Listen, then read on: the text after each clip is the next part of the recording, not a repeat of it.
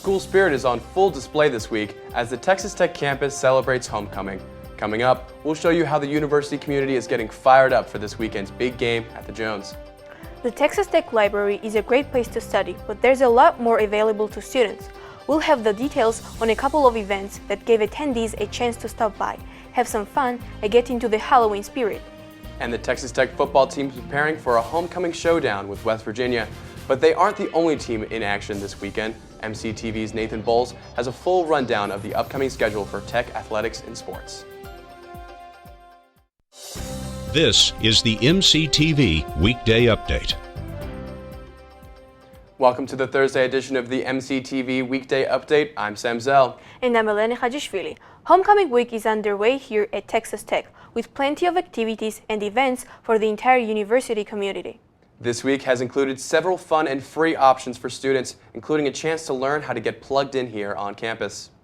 Yesterday afternoon, the Office of Student Involvement held a homecoming week involvement fair outside the sub. Student organizations from throughout the university were invited to come recruit new members to join their group. Representatives from organizations such as Mortar Board, the Double T Health Service Corps, and even the Super Smash Brothers group were available to answer questions, take down contact information, and hand out free swag to potential members. We really wanted to bring out more of the student body and see our organizations that we have here on campus, which we have 400 plus organizations as of right now.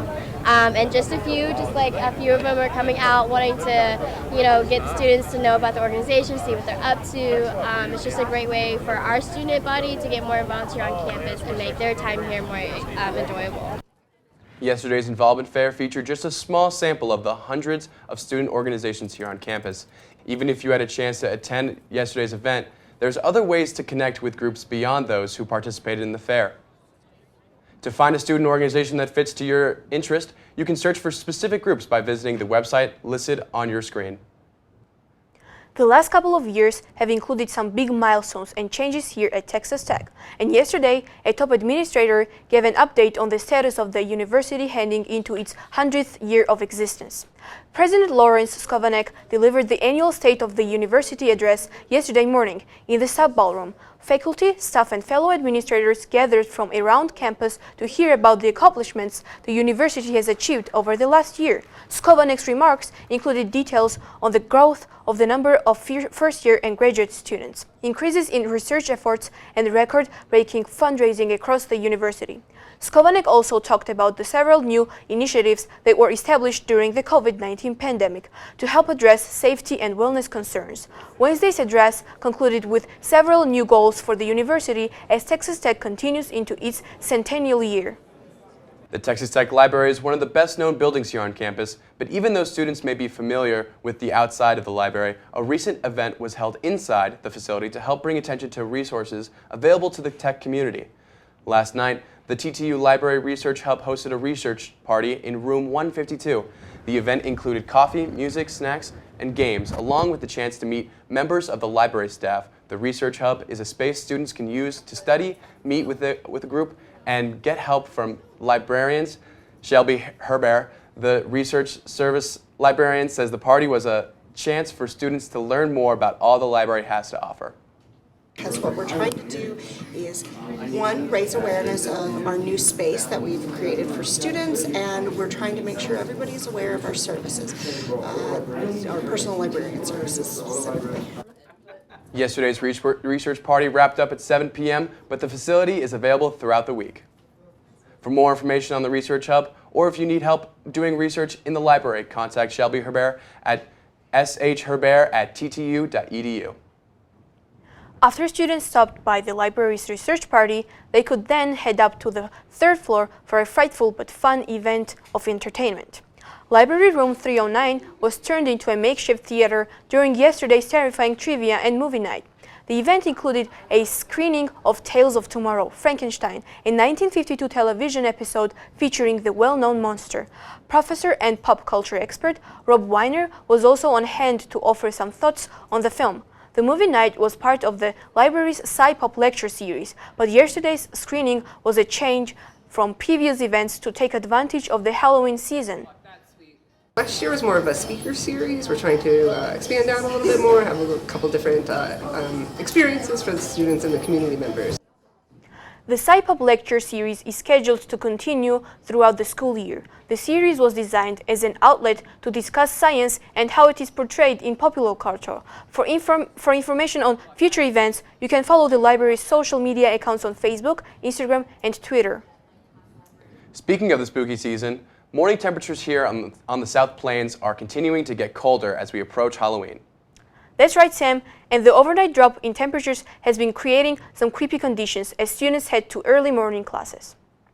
Yesterday morning, lows dropped into the 40s for the first time this fall. The cold conditions combined with moisture in the air created an eerie fog that covered campus. Students heading to 8 a.m. classes may have had some difficulty on the roads, as visibility was an issue for over an hour. But by 9 a.m., the fog cleared and the sun made their return after a rainy start to the week.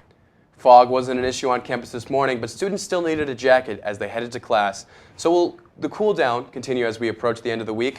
Let's take a look at the MCTV forecast. The MCTV tower cam is showing bright and sunny skies this afternoon.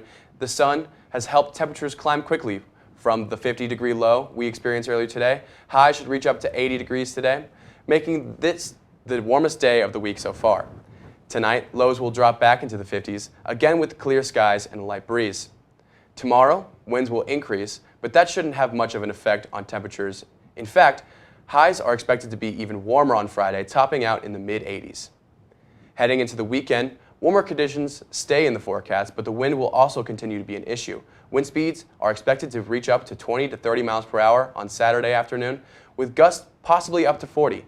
Recent rains should help reduce the chance of a dust storm, but the winds could have an effect on Saturday's homecoming football game. Sunday will also be windy, with the gust again reaching up to 40 miles per hour, but luckily, conditions will remain warm, with highs back in the low 80s. Looking ahead, a cold front is expected to move through the area overnight on Sunday, and that could lead to another wet start of the final week of October. Earlier this month, Student Disability Services hosted Accessibility Week. The annual week-long set of events included several activities to help the tech community learn more about SDS and the students they serve. On Wednesday, October 5th, SDS hosted Deaf Bingo in the Wallgates Residence Hall lobby. Participants had the chance to play a game of bingo with a twist. All of the letters and numbers were announced using only sign language. The silent game gave students the chance to see what it was like for fellow Red Raiders who have a hearing disability. Deaf Bingo also allowed students in sign language courses a chance to practice what they've been learning in class. And like traditional bingo, attendees had the chance to win prizes. Deaf Bingo has become a staple of Accessibility Week. The game is scheduled each year during the fall. Many Texas Tech students look for new experiences to support their future goals during their time at the university. And last week, an event in the sub-courtyard offered some unique opportunities to do more than schoolwork. Last Wednesday, the University Career Center held a non-profit job fair open to all students. The fair started at 11 a.m., and students could meet with the local representatives to explore volunteer options and job opportunities. Many of the groups on hand were represented by students who had attended past nonprofit fairs. 2 current students volunteering at the Lubbock Habitat for Humanity table were on hand to offer opportunities to other Red Raiders. So basically, we're out here looking for either fellow communications interns or just volunteers to help us with our construction projects. There's a lot of opportunities at Habitat just for if you like construction, communication, event planning. There's a lot of ways for you to volunteer and give back to the community, but also get experience in some skills you might be interested in. So it's just a great opportunity to help others and to grow in what you're learning at school as well. Last week, Nonprofit Job Fair was one of the last university-wide career fairs taking place this semester, but if you're still looking for volunteer opportunities, an internship, or even job options, the University Career Center is always available to help.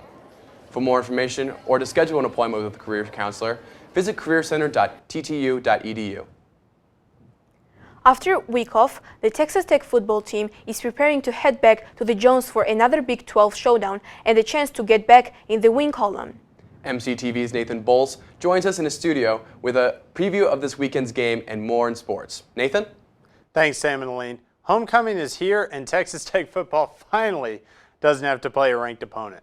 It's the first time Tech will play an unranked opponent since the season opener against Murray State. It's also the first home game Tech has played since beating UT in late September.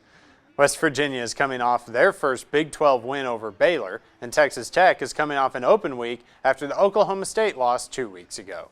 It is the fourth time Texas Tech has played West Virginia on homecoming. The other results are a loss in 2012, a win in 2016, and a win in 2020. Nightmares coming to Raider Alley. The homecoming parade is tomorrow, but the game itself will start at 2 p.m. at the Jones. Both teams are 3-3 overall and 1-2 in Big 12 play. Texas Tech volleyball was on the court yesterday in Waco, trying to replicate the first really big victory of last year. They took down the top 10 Baylor Bears in 2021. This year, Baylor is younger and number 14 in the nation. We'll pick it up in the second set after Baylor took the first.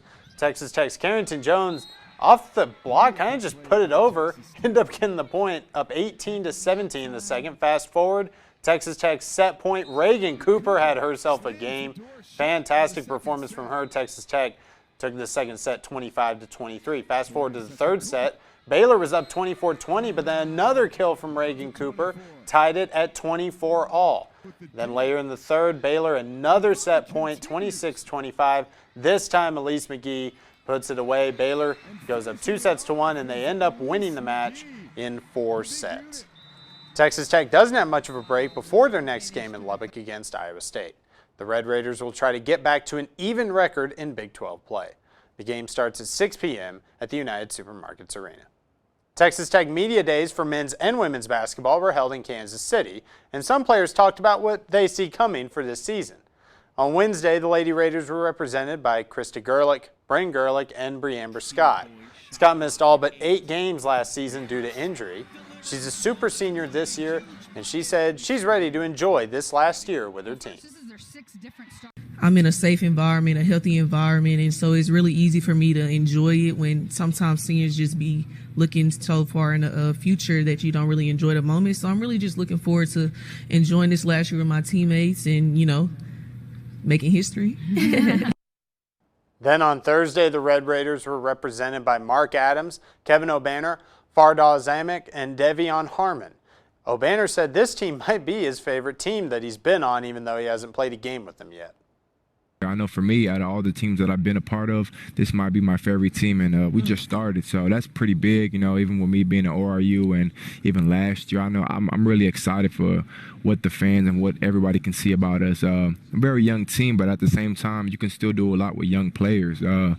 Of course, I have to be a bigger role in my leadership, and they require more of me, but at the same time, I'm just trying to hold my teammates and myself accountable just to be the best that we can be. Both teams have Monday Night Madness on October 24th at 8 p.m. where fans can come for free to watch an exhibition and have autographs signed after. They'll both tip off their season November 7th. The Lady Raiders will play Texas A&M Corpus Christi, then the Red Raiders will play Northwestern State. Texas Tech soccer will be at the John Walker Soccer Complex for the last time this year. Senior night is here. They'll honor Sierra Jones and co-captain Charlotte Teeter, who have both been here for 5 years. The Red Raiders will try to keep the momentum they gained last week. Tech beat Kansas State last Thursday and Kansas on Sunday, led by Big 12 Defensive Player of the Week Elise Anderson and Big 12 Offensive Player of the Week Ashley Williams. Tech soccer has just 1 game this week before they close the regular season next week against TCU. This week, Tech will play Baylor at 7 p.m. tonight at the Walker. That's all for sports. Back to you, Sam and Elene. Thanks, Nathan. As we mentioned throughout the newscast, it's homecoming week. This week ends with the annual homecoming game, but there's lots of traditions that take place before kickoff. And one of those traditions gives student organizations and the week community the chance to show off their artistic skills to everyone on campus. The Spirit Boards competition is an annual part of Tech's homecoming celebration. The boards are created by student groups, and then they are put on display throughout homecoming week. The Spirit Boards are mostly found near the main entrance to campus, from the Seal to Memorial Circle, but several others can be found outside residence halls. The boards are judged during the week, with winners announced during Friday's annual pep rally. Each of the boards feature artwork based on this year's homecoming theme, Raider Red's Round Trip. The final creations were put on display on Monday, and they will stay up through Saturday's homecoming football game. But the traditions don't end there. The biggest day of homecoming week takes place tomorrow, starting with the Rowdy Raider Rally at 11:30 a.m. in Red Raider Plaza. During the event, this year's final homecoming court will be announced. And then tomorrow, the last night of events kicks off with the annual parade, followed by the pep rally and bonfire. All of tomorrow's events are free and open to the entire community. For a look at this year's full calendar of events, visit homecoming.ttu.edu. So, Elene, are you planning to attend any of this weekend's homecoming events? Of course, go Red Raiders. What about you? I'll be there. That's all for today's edition of the MCTV Weekday Update. Thanks so much for joining us, and be sure to check ttuhub.net every day for more news. We'll see you next week.